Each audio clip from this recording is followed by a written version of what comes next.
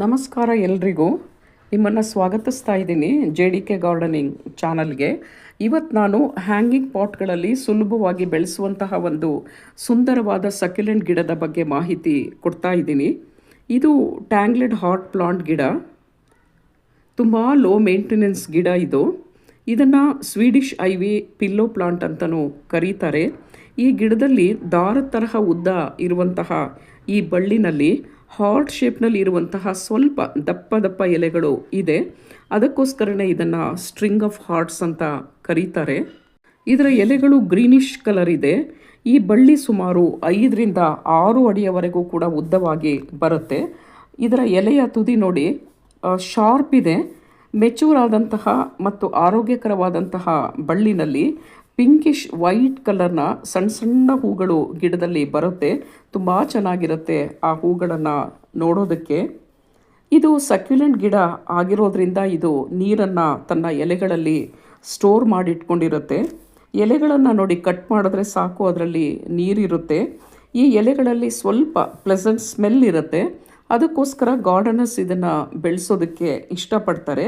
ಜೊತೆಗೆ ಇದು fast growing ಗಿಡನೂ ಕೂಡ. ಅಂದರೆ ಯಾವುದೇ ಶ್ರಮ ಇಲ್ಲದೇ ಇದು ಫಾಸ್ಟಾಗಿ ಬೆಳೆಯುವಂತಹ ಒಂದು ಸಕ್ಯುಲೆಂಟ್ ಗಿಡ. ಈ ಗಿಡದ ಮಣ್ಣು ಸಂಪೂರ್ಣವಾಗಿ ಒಣಗಿದಾಗ ಮಾತ್ರ ನೀರನ್ನು ಹಾಕಬೇಕು. ಅತಿಯಾಗಿ ನೀರನ್ನು ಗಿಡಕ್ಕೆ ಹಾಕಿದ್ರೆ ಅದರ ಬೇರುಗಳು ಕೊಳೆತ್ಬಿಟ್ಟು ಗಿಡ ಬೇಗ ಹಾಳಾಗುತ್ತೆ. ಸೂರ್ಯನ ಶಾಖದ ಬಗ್ಗೆ ಹೇಳೋದಾದರೆ ಇದಕ್ಕೆ ಪರೋಕ್ಷ ಸೂರ್ಯನ ಬೆಳಕು ಬೇಕು. ನೇರ ಬಿಸಿಲಿನಲ್ಲೇನಾದರೂ ನೀವು ಗಿಡವನ್ನು ಇಟ್ಟರೆ ಅದರ ಎಲೆಗಳೆಲ್ಲ ಸುಟ್ಟೋಗ್ಬಿಡುತ್ತೆ. ಜೊತೆಗೆ ಎಲೆಗಳು ಯೆಲ್ಲೋಯಿಶ್ ಕಲರ್ ಆಗಿಬಿಟ್ಟು ಅದರ ಕಲರ್ ತುಂಬ ಡಿಮ್ಮಾಗಿ ಕಾಣಿಸುತ್ತೆ. ಹಾಗಾಗಿ ಗಿಡವನ್ನು ನೇರ ಸೂರ್ಯನ ಬಿಸಿಲಿನಲ್ಲಿ, ಅಂದರೆ ಹಾರ್ಶ್ ಬಿಸಿಲಿನಲ್ಲಿ ಈ ಗಿಡವನ್ನು ಅಥವಾ ಪಾಟನ್ನು ಇಡಬೇಡಿ.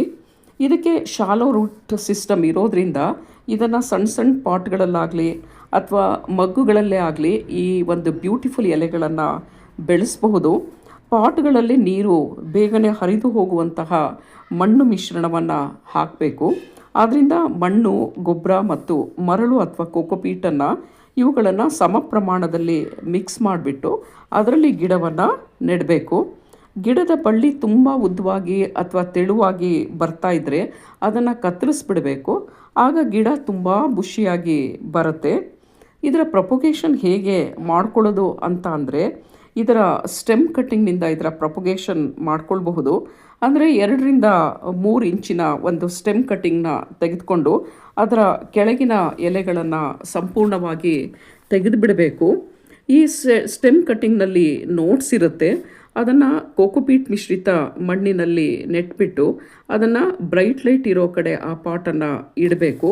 ಹಾಗೆ ಇನ್ನೊಂದು ಮೆಥಡ್ ಹೇಗೆ ಅಂದರೆ ಇದರ ಬಳ್ಳಿಯನ್ನು ತೆಗೆದುಕೊಂಡು ಅದನ್ನು ಈ ತರಹ ರೌಂಡ್ ಶೇಪಲ್ಲಿ ಮಾಡಿಬಿಟ್ಟು ಅದನ್ನು ಮಣ್ಣಿನಲ್ಲಿ ಹಾಕಿ ಅದರ ಮೇಲೆ ತೆಳ್ಳಗೆ ಕೋಕೋಪೀಟನ್ನು ಹಾಕಿದ್ರೆ ಸಾಕು. ಕೆಲವು ದಿನಗಳಲ್ಲಿ ಈ ಕಟ್ಟಿಂಗ್ನಲ್ಲಿ ಬೇರುಗಳು ಬಂದಿರುತ್ತೆ. ಆಗ ಅದನ್ನು ನೀವು ಬೇರೆ ಪಾಟ್ಗೆ ವರ್ಗಾಯಿಸ್ಕೊಳ್ಬಹುದು. ಈ ಗಿಡಕ್ಕೆ ಹೆಚ್ಚು ಫರ್ಟಿಲೈಸರ್ ಏನು ಹಾಕೋದು ಬೇಡ. 2 ಅಥವಾ 3 ತಿಂಗಳಿಗೊಮ್ಮೆ ಯಾವುದಾದ್ರೂ ದ್ರವ ರೂಪದ ಗೊಬ್ಬರವನ್ನು ಹಾಕಿದ್ರೆ ಸಾಕು. ಅಥವಾ ಯಾವುದಾದ್ರೂ ಆರ್ಗ್ಯಾನಿಕ್ ಕಾಂಪೋಸ್ಟನ್ನು ಹಾಕಿದ್ರೂ ಕೂಡ ಗಿಡದ ಗ್ರೋತ್ ಸ್ವಲ್ಪ ಫಾಸ್ಟ್ ಆಗುತ್ತೆ. ಆದ್ದರಿಂದ ಕೌಡಂಗ್ ಮೆನ್ಯೂರನ್ನು ಈ ಗಿಡಕ್ಕೆ ಹಾಕಿದ್ರೆ ತುಂಬ ಒಳ್ಳೆಯದು. ಗಿಡದು ಬೇಗನೆ ಬೆಳೆಯೋದಕ್ಕೆ ಪ್ರಾರಂಭಿಸುತ್ತೆ. ಈ ಎಲೆಗಳಲ್ಲಿ ಒಂದು ರೀತಿಯಾದಂತಹ ಪ್ಲೆಸೆಂಟ್ ಸ್ಮೆಲ್ ಇರುತ್ತೆ ಅಂತ ನಾನು ಹೇಳಿದ್ದೀನಿ. ಹಾಗಾಗಿ ಗಿಡಕ್ಕೆ ಕೀಟಗಳು ಬರ್ತವೆ. ಆಗ 1 ಸ್ಪೂನ್ ನೀಮ್ ಆಯಿಲ್, ಸ್ವಲ್ಪ ಬೇಕಿಂಗ್ ಸೋಡಾ ಮತ್ತು ವಾಷಿಂಗ್ ಪೌಡರನ್ನು 1 ಲೀಟ್ರ್ ನೀರಿನಲ್ಲಿ ಮಿಕ್ಸ್ ಮಾಡಿಬಿಟ್ಟು ಗಿಡಕ್ಕೆ ಸ್ಪ್ರೇ ಮಾಡಬೇಕು. ಆಗ ಸ್ವಲ್ಪ ಕೀಟಗಳನ್ನು ಅವಾಯ್ಡ್ ಮಾಡ್ಬೋದು. ಹಾಗೆಯೇ ಗಿಡದ ರೂಟ್ಗೆ ಯಾವುದಾದ್ರೂ ಫಂಗಿಸೈಡ್ನ 15 ದಿನಕ್ಕೊಮ್ಮೆ ಹಾಕಿದ್ರೆ ಗಿಡಕ್ಕೆ ಫಂಗಸ್ ಅಟ್ಯಾಕ್ ಆಗೋದನ್ನು ಅವಾಯ್ಡ್ ಮಾಡಬಹುದು. ಹೀಗೆ ಈ ಟಿಪ್ಸನ್ನು ಫಾಲೋ ಮಾಡಿ ಈಸಿಯಾಗಿ ನೀವು ಟ್ಯಾಂಗ್ಲೆಡ್ ಹಾರ್ಟ್ ಪ್ಲಾಂಟನ್ನು ನಿಮ್ಮ ತೋಟಗಳಲ್ಲಿ ಬೆಳೆಸಬಹುದು. ನೀವೇನಾದರೂ ನನ್ನ ಚಾನಲ್ನ ಹೊಸದಾಗಿ ನೋಡ್ತಾ ಇದ್ದರೆ ಪ್ಲೀಸ್ ಲೈಕ್ ಮಾಡಿ ಮತ್ತು ಸಬ್ಸ್ಕ್ರೈಬ್ ಮಾಡ್ಕೊಳ್ಳಿ. Thanks for watching. See you in another video.